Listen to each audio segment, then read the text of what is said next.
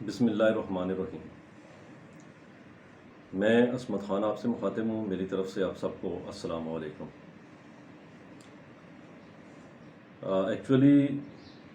میں نے کل ایک ویڈیو بنائی تھی، ترکی میں ایک انٹرنیشنل معاہدے کے حوالے سے بحث چل رہی ہے اس کے اوپر، لیکن اس میں تھوڑی کمی پیشی تھی جس وجہ سے میں نے وہ ویڈیو جو ہے وہ ڈیلیٹ کی ہے، اور اب میں نے اس کو ذرا بہتر طریقے سے دوبارہ آپ کے سامنے میں پیش کر رہا ہوں، اور اس میں کچھ ایسی چیزیں جو اس میں رہ گئی تھیں وہ بھی میں آپ کو مختصراً بتانے کی کوشش کروں گا۔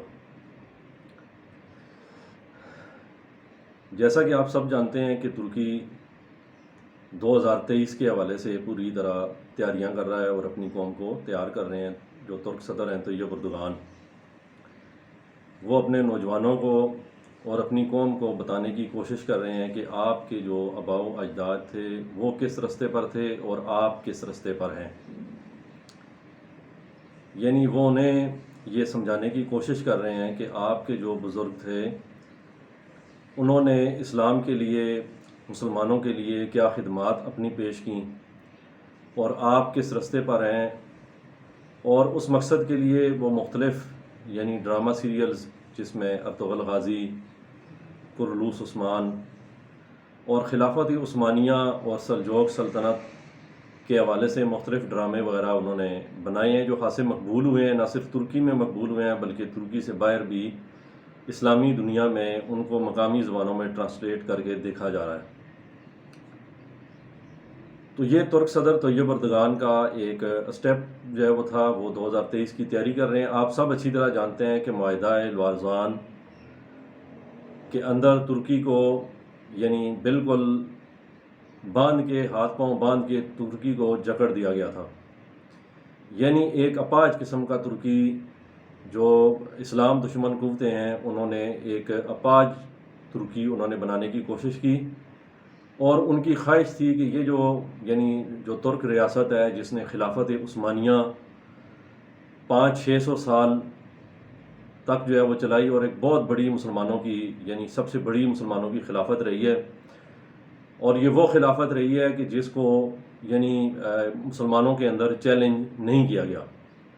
یعنی اس کی مخالفت نہیں کی گئی، اور یہ 3 براعظموں پہ جو ہے یہ پھیلی ہوئی تھی، اور مسلمان ترک خلافت عثمانیہ میں ایک بہت بڑی طاقت جو ہے مسلمانوں کو حاصل تھی۔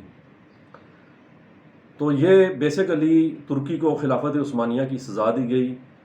اور معاہدہ لوارزان سمیت بہت سارے ایسے معاہدے ہیں جس میں ترکی کو باندھ دیا گیا تھا۔ اب آپ سب اچھی طرح جانتے ہیں کہ جس طرح پوری مسلمان دنیا میں ہمارے یعنی اکثریتی یعنی میکسیمم جو ہمارے کنٹریز ہیں مین، اس میں مغرب نواز حکومتیں قائم ہیں، یعنی ہمارے یہاں پہ ایسی حکومتیں اور ایسے ہمارے لوگ ہمارے اوپر بیٹھے ہوئے ہیں جو پینٹاگون کی ایک کال کے اوپر ڈھیر ہو جاتے ہیں، اور جو ان کی ہاں میں آنکھیں بند کر کے ہاں ملاتے ہیں، اور جو بات ان کو، جو ہدایت ان کو دی جاتی ہے اس کو من و اپنی قوم پہ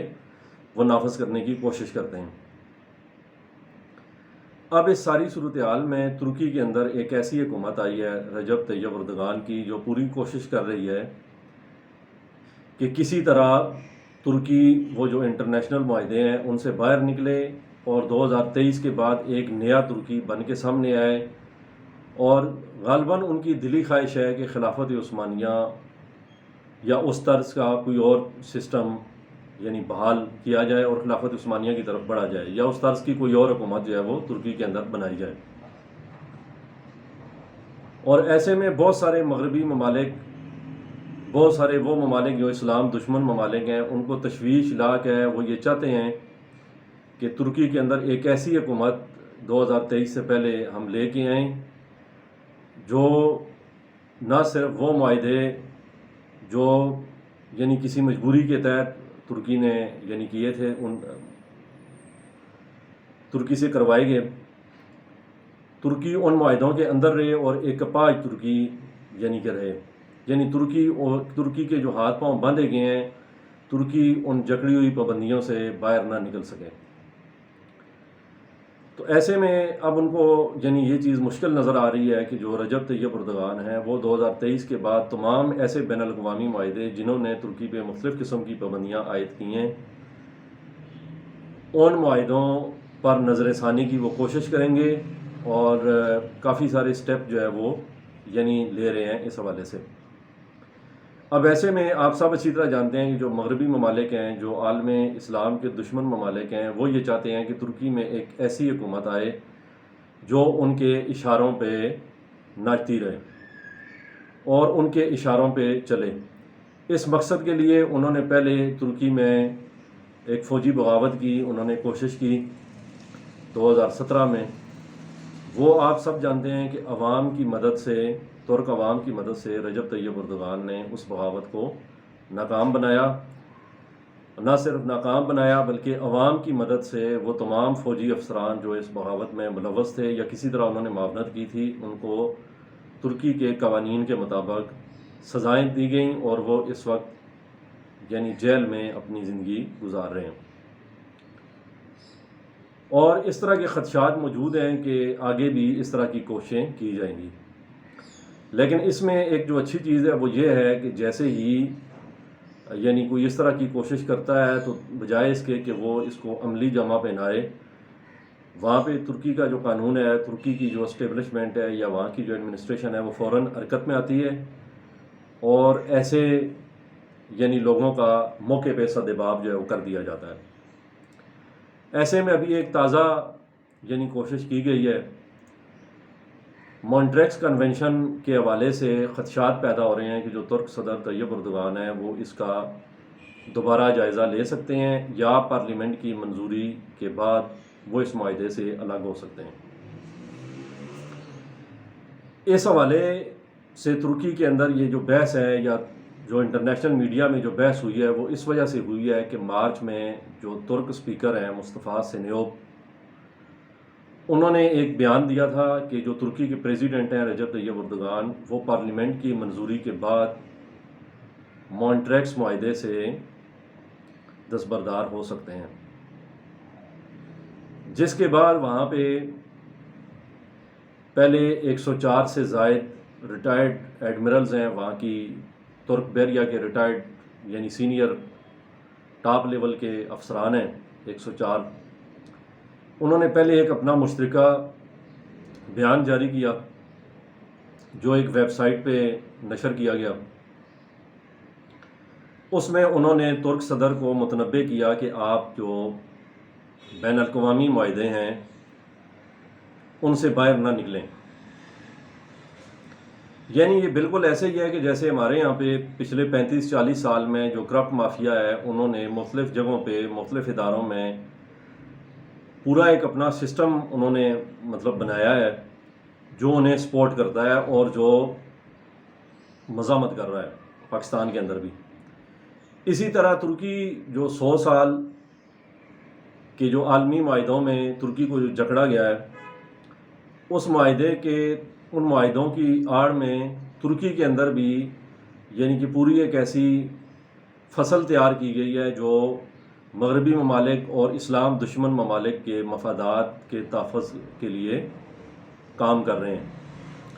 اسی میں سے یہ ایک کڑی تھی کہ 104 جو ریٹائرڈ ترک بحریہ کے سینئر افسران ہیں یعنی جنرل رینک کے یہ افسران ہیں،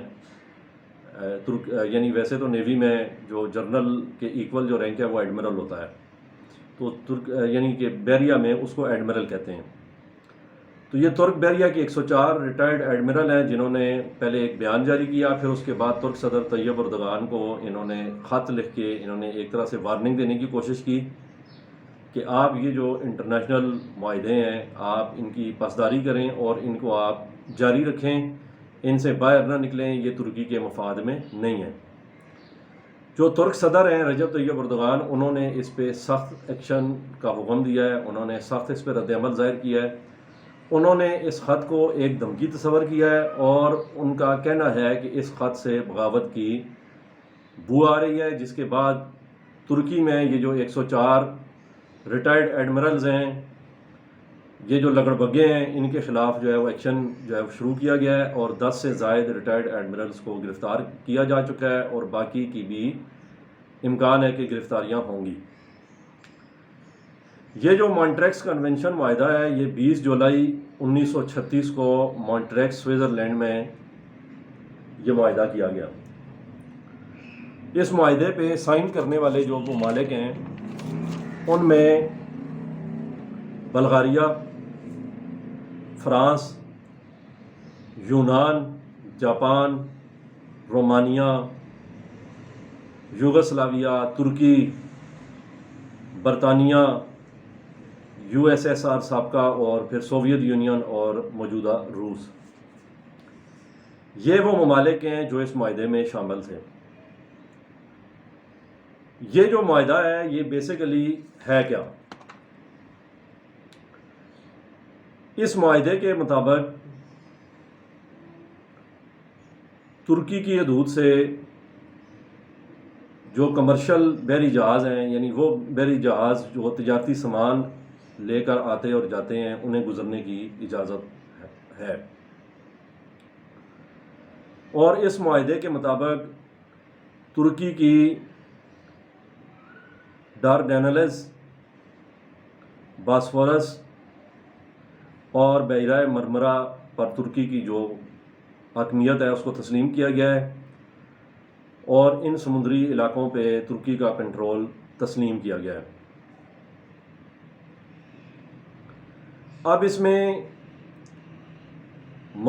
دنیا کے مختلف ممالک کو 2 کیٹیگریز میں تقسیم کیا ہے انہوں نے۔ ایک وہ ممالک جن کی بحیرہ اسود سے سمندری سرحدیں ملتی ہیں، اور ایک وہ ممالک جن کی بحیرہ اسود سے سمندری سرحدیں نہیں ملتی۔ دونوں کے لیے الگ الگ طرح کی شرائط عائد کی گئی ہیں، دونوں کے اوپر الگ الگ طرح کی پابندیاں اس معاہدے میں عائد کی گئی ہیں، جس میں اس معاہدے کے مطابق جو 45,000 ٹن وزن تک سامان جو لے جانے والے بحری تجارتی جہاز ہیں ان کو یہاں سے گزرنے کی اجازت ہوگی، یعنی بحیرہ فاسفورس اور بحیرہ اسود اور بحیرہ مرمرہ کے جو علاقے ہیں یہاں سے ان کو گزرنے کی اجازت ہوگی، اور ان پہ میکسیمم جو فیٹ یعنی جو ان کا مقرر کیا گیا ہے وہ مقرر کیا گیا 45,000 ٹن۔ دوسری اس میں جو شرط ہے وہ اس میں یہ رکھی گئی ہے کہ یہ جو یعنی رستہ ہے، بحری رستہ جو ترکی کی حدود میں آتا ہے، یہاں سے یعنی جو بحری جنگی جہاز ہیں انہیں گزرنے کی اجازت نہیں ہوگی، طیارہ بردار بحری جہازوں کو گزرنے کی اجازت نہیں ہوگی۔ اسی طرح یعنی وہ ممالک جن کی بحیرہ اسود سے سمندری حدود ملتی ہے، اگر ان کے یعنی کسی بحری جہاز یا بحری جنگی جہاز نے اگر گزرنا ہے تو وہ 8 دن قبل ترک حکام کو اس حوالے سے مطلع کرے گا، اور ترکی کی اجازت کے بعد وہ یہاں سے گزر سکتے ہیں۔ اور اسی طرح وہ ممالک جن کی سمندری سرحدیں بحیرہ اسود سے نہیں ملتی، وہ 15 دن پہلے ترک وزارت خارجہ کو اس حوالے سے بتائیں گے، اور ترک وزارت خارجہ ترک حکومت کی اجازت کے بعد وہ یہ رستہ استعمال کر سکتے ہیں۔ تیسری اس میں جو اہم چیز ہے وہ یہ ہے کہ یہاں سے صرف جو یعنی بحری آبدوزیں ہیں ان کو گزرنے کی اجازت ہے۔ یعنی میں پھر آپ کو بتاتا چلوں کہ بحری آبدوزوں کو گزرنے کی اجازت ہے، بحری جنگی جہاز، طیارہ بردار جہاز یہاں سے نہیں گزر سکتے۔ اب یہ جو روٹ ہے اس روٹ کو ختم کرنے کے لیے یا اس روٹ پہ ٹریفک کا لوڈ کم کرنے کے لیے جو ترک صدر ہیں رجب طیب اردگان، انہوں نے استنبول کینال نامی ایک منصوبے کا انہوں نے اعلان کیا ہے۔ یہ جو استنبول کینال نامی منصوبہ ہے یہ ترک حکومت کے مطابق سوئز کینال اور پاناما کینال سے بڑا ایک منصوبہ ہے، یعنی یہ ایک مصنوعی آبی گزرگاہ بنائی جائے گی جس کی لمبائی 45 کلومیٹر یعنی ہوگی، یعنی 45 کلومیٹر طویل یہ مصنوعی آبی گزرگاہ بنائی جائے گی، اور اس میں جو گہرائی ہوگی وہ 25 میٹر تک جو ہے یہ گہری ہوگی، یعنی 25 میٹر تک اس کی گہرائی ہوگی۔ اور ترک حکام کے مطابق یہ جو مصنوعی آبی گزرگاہ استنبول کینال کے نام سے بنائی جا رہی ہے، اس سے روزانہ 160 بحری جہاز، یعنی تجارتی بحری جہاز 160 یہاں سے روزانہ گزر سکتے ہیں۔ یعنی ان کی نظر میں یہ ایک بڑا منصوبہ ہے، اور ترک حکومت امید ظاہر کر رہی ہے کہ اس منصوبے سے، یعنی جو بھی بحری جہاز یہ رستہ استعمال کریں گے، ترکی ان سے ٹیکس استعمال کرے گا، ان سے ٹیکس لے گا، ان سے جو راہداری ٹیکس ہوتا ہے وہ لے گا۔ اور ترک حکومت امید ظاہر کر رہی ہے کہ اس منصوبے سے ترکی کو بغیر کچھ خرچ کیے سالانہ اربوں ڈالرز کی آمدنی ہوگی۔ اب یہ جو استنبول کینال منصوبہ ہے، اس کو بنانے کی وجہ جو ترک حکومت بتا رہی ہے، وہ ان کا کہنا ہے کہ جو یعنی پہلے والا جو روٹ ہے،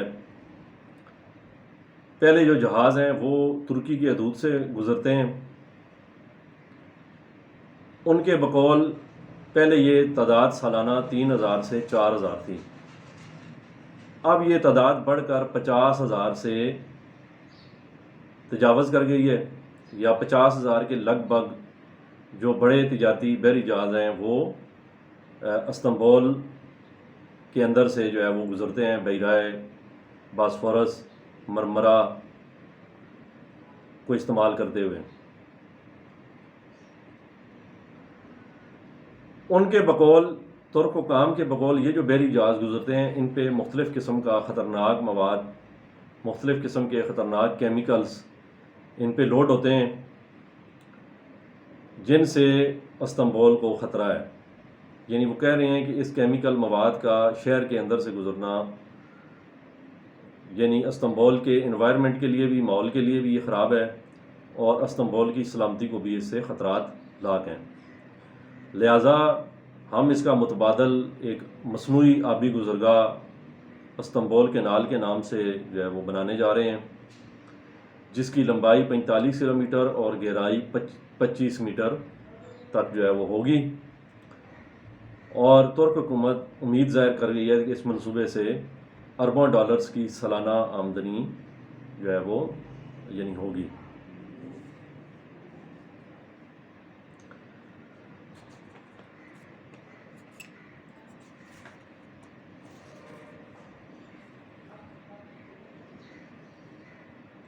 استنبول کینال منصوبے کا جو مقصد ہے وہ بحیرہ اسود اور بحیرہ مرمرا